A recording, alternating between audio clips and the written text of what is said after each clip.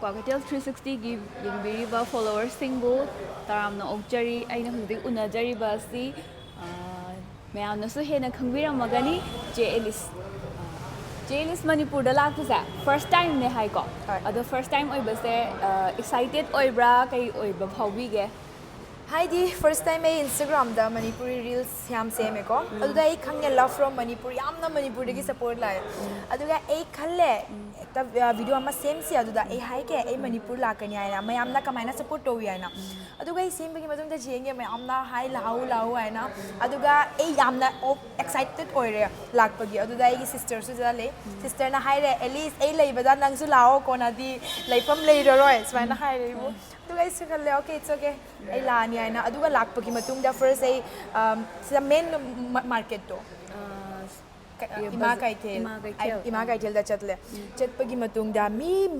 haidi Kwakeithel da leiba mi loina Alice labo welcome to Manipur hairaga ko haidi yamna support toyi yamna behavior se yamna nungsi aduga ai hanjing Manipur leiba do aina ekoi hojai bu miss to de haidi ko hojai da ai kamai lei loin maka free loina ibu phajana behave toyi yam nungsi dana toyi dana Manipur da so same ni हाइदी हो जाए से भी ज़्यादा प्यार मिल रहा है यहाँ पे अदुगी याम ना हराओ रहे चप मानेबा अदो फेसबुक की कमेंट एलिस ला अनु हाइबगी मतंग दा मा को चे एलिस ना नोइना ला अनु हरसो इ लाकनी हाइबदो अदुदो हाइदी लाकनु हाइबदु द को चटला रोशिरा काने खनबो यावरा ना एदी खनदे हाइदी को नेगेटिव कमेंट दो ए 1% से इफेक्ट हो दे हाइदी ए मयाम बार ट्रोल ओइरे को अदुसु ए खल्ली ए की वीडियो दा फत्तबदी कैसु लेते ए फत्तबा ड्रेस सु सेते फत्तबा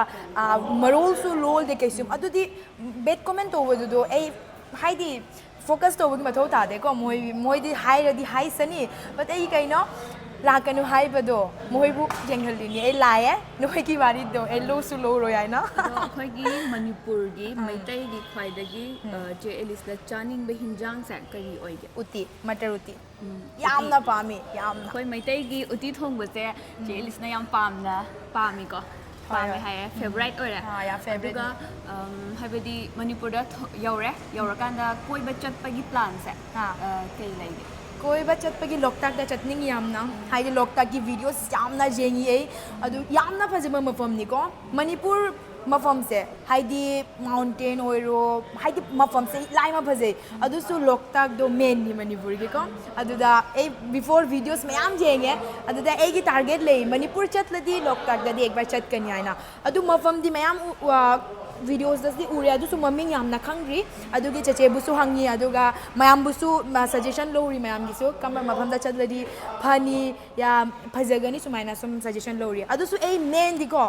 sida Manipuri market lebedo local market nene hoina kai no jol bodo sumaina fees gara moiga chatlaga moiga videos to ningi aduga ei haidi hojai chatpada Manipur dagi pot mayam puning ni hojai da phangdabani Manipur da phangda ngasi jail is na sepire is Manipur gi traditional ne ko ado sum silak basida traditional se set ke khanbra ai kai pu doi no pu hodraga di ai regret le honi na hai bodo phanek ngak ta pura phanek ta pura ye haidi Manipur da hanjig le aduga Manipur gi traditional dress ti ekoi set pado phanek gara aduga haidi kaino ekoi gi traditional dress se kaubagi mi ma'am लेदना याम modern ओइबदा मोय western dress ता सेटली traditional dress यामना सेट अदुसु मणिपुर ददी मयाम सेटली को बट अतोपा जगह ददी याम सेट अदुगी ए जेंगहल निंगे कोई मणिपुर से कयाम फजे अदुगी मणिपुरी ट्रेडिशनल ड्रेस से कयाम फजे हाइना एगी फॉलोवर्स बुसु जेंगहल निंगे एगी फॉलोवर्स नागालैंड देसु ले अरुणाचल देसु ले असम गिसु मयाम जेंगेदना अदुगी मोय बुसु जेंगहल निंगे मणिपुर की ट्रेडिशनल ड्रेस समाई तोवी अदुगा वेस्टर्न ड्रेस से मनाक्ता चंगबा यादे एकोय मणिपुरी ट्रेडिशनल ड्रेस की मनाक्ता हां अदुना